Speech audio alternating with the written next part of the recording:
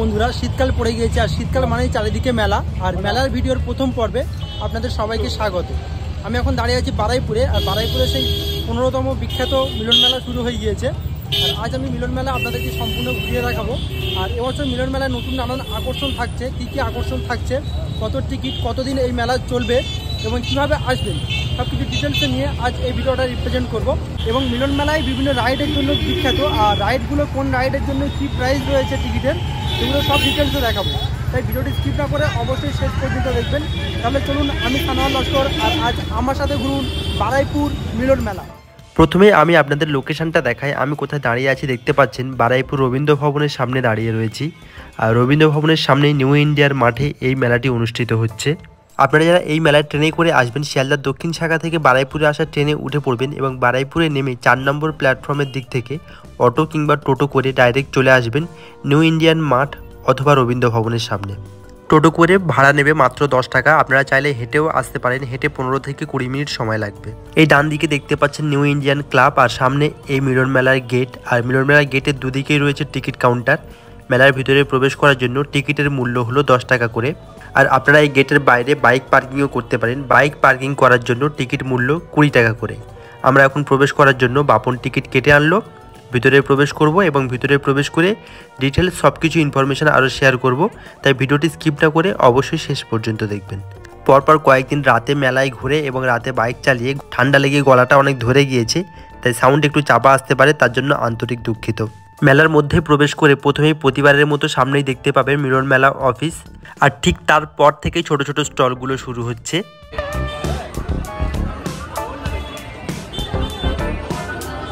এরকম প্রচুর স্টল দেখতে পাবেন। প্রচুর অগণিত স্টল রয়েছে, সবগুলো খুঁটিয়ে খুঁটিয়ে দেখানো সম্ভব নয়, কিন্তু আমি বেশ কিছু স্টল দেখানোর চেষ্টা করব।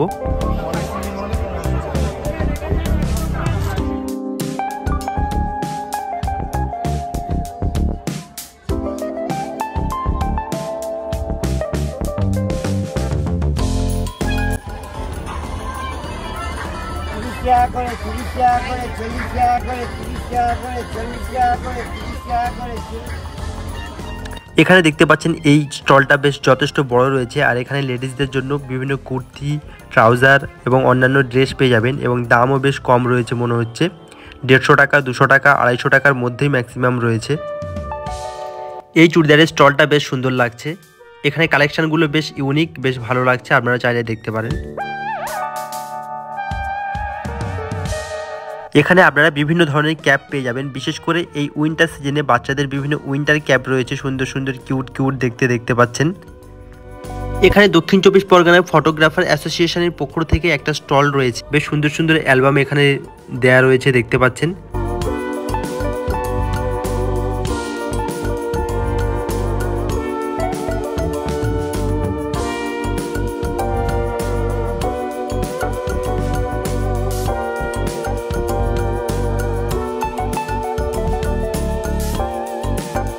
এখানে বেশ সুন্দর খোপার ক্লিপ রয়েছে। আর এই যে ক্লিপটা দেখতে পাচ্ছেন, আমরা প্রথমে এটা বুঝতে পারছিলাম না এটা কি, দেখতে বেশ ইউনিক লাগছিল।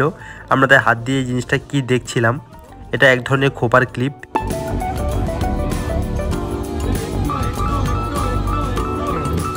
এখানে আপনারা বিভিন্ন ধরনের ব্যাগসের কালেকশন দেখতে পারেন। আর এখানে প্রাইস হচ্ছে 100 টাকা করে, ফিক্সড রেট। এগুলোর মধ্যে আপনারা যা নেবেন সবই 100 টাকা করে।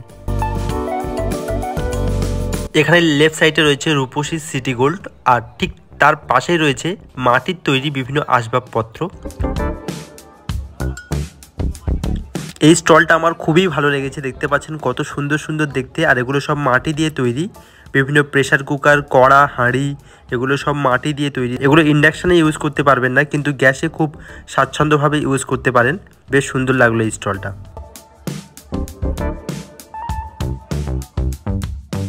এখানে ভিআইপি স্টিল নামের একটা স্টল রয়েছে, দেখতে পাচ্ছেন কত বড় একটা স্টল দেখুন স্টিলের। আর এখানে শুধুমাত্র স্টিলের জিনিসপত্র, আর তার উপরে লাইট পড়ছে, কত ঝকঝক করছে দেখুন। প্রচুর জিনিস রয়েছে, বাড়ির জন্য এখান থেকে কিছু কালেকশন করতে পারেন। এখানে দেশীয় বিদেশি বিভিন্ন ধরনের পারফিউমের কালেকশন পেয়ে যাবেন, আপনারা এটা ভিজিট করতে পারেন।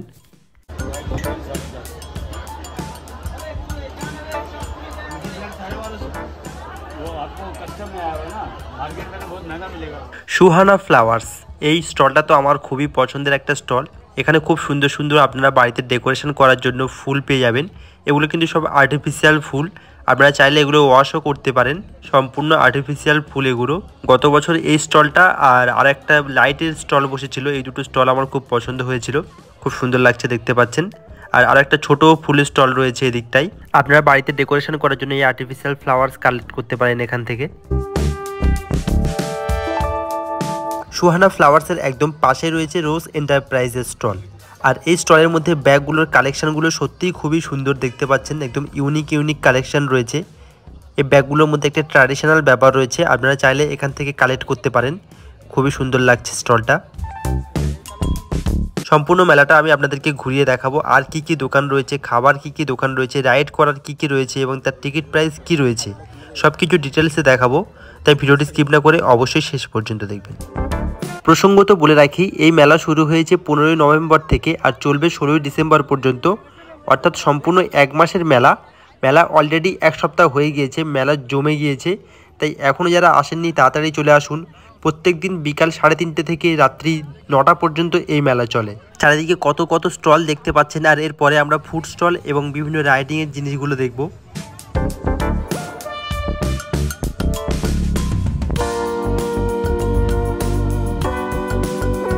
আহারে বাংলা খাবারের স্টল, চলুন এখান থেকে এবার খাবারের স্টলগুলো আমি আপনাদেরকে ঘুরিয়ে দেখাই।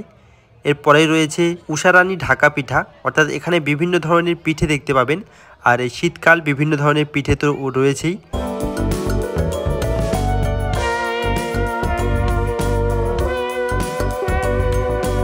এখানে দেখতে পাচ্ছেন দুটো বড় বড় হাঁড়ি করে ভাপা পিঠা কিভাবে তৈরি হচ্ছে। এখানে রয়েছে মকটেল কাউন্টার, লাইট কম্বিনেশন এবং ডেকোরেশনটা খুবই সুন্দর লাগছে।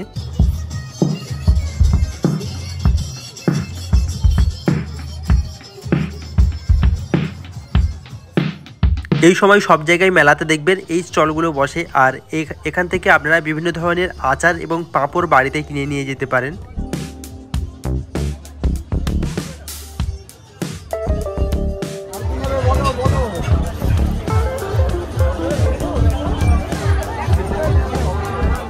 পটাটো চিপস বা পেরি পেরি পটাটো, এখানে দেখতে পাচ্ছেন পটাটো কি সুন্দর করে ভেজে সার্ভ করা হচ্ছে। আর এর প্রাইস রয়েছে 50 টাকা করে।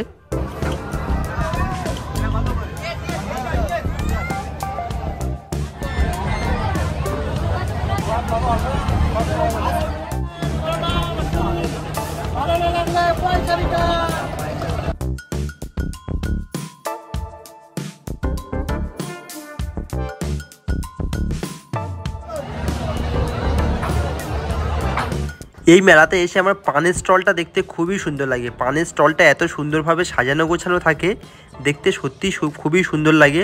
আর প্রচুর কালারফুল পান দোকানের অ্যাম্বিয়েন্সটা সত্যি খুবই সুন্দর লাগে।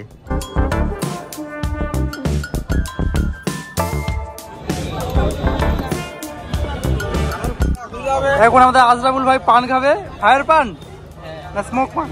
স্মোক। আর এই পানের সব প্রাইস লেখা আছে এখানে।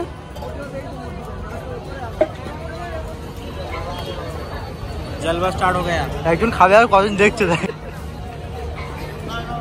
खाने से देखने का ज्यादा मजा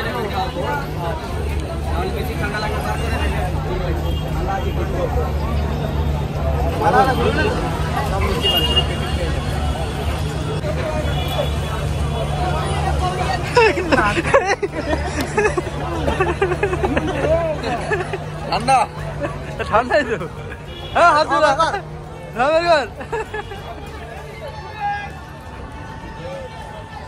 বেরোচ্ছে না।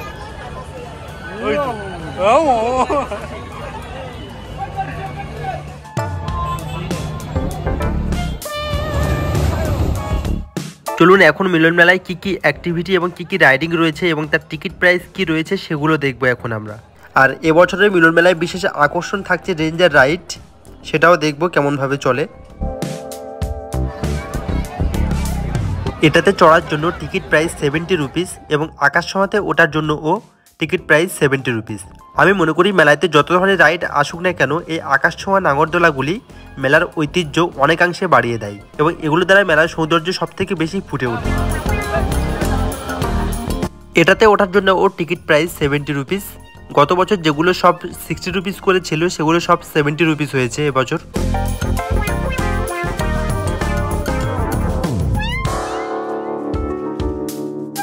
এখানে পাবজি গান শুটিং রয়েছে, এখানে আপনারা শ্যুট করতে পারেন।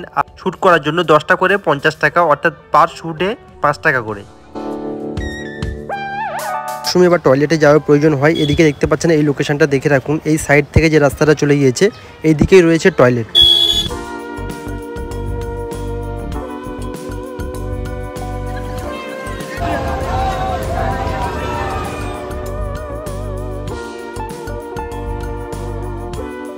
এই হলো রেঞ্জার রাইড, যা এবছর মিলন মেলার বিশেষ আকর্ষণ। আর এটাতে ওঠার থেকে মানুষ নিচে দাঁড়িয়েই বেশি দেখছে এবং ভয় পাচ্ছে যে উঠবে কি উঠবে না। প্রত্যেকজন এসে মিনিমাম একবার করে হলেও ভেবে দেখছে যে এটাই উঠবে না উঠবে না। আর এটার জন্য টিকিট প্রাইস করেছে 100 টাকা করে, আপনারা চাইলে এটাতে উঠতে পারেন। আর আমি দুদিন মেলায় গেলাম, মেলায় গিয়ে কিন্তু দুটো একসাথে ঘুরতে দেখলাম না, প্রত্যেক দিনই দেখলাম যে এক সাইডটাই ঘুরছে এবং খুব বেশি লোক উঠছেও না, ম্যাক্সিমাম লোক নিচে দাঁড়িয়ে দেখছে এটা।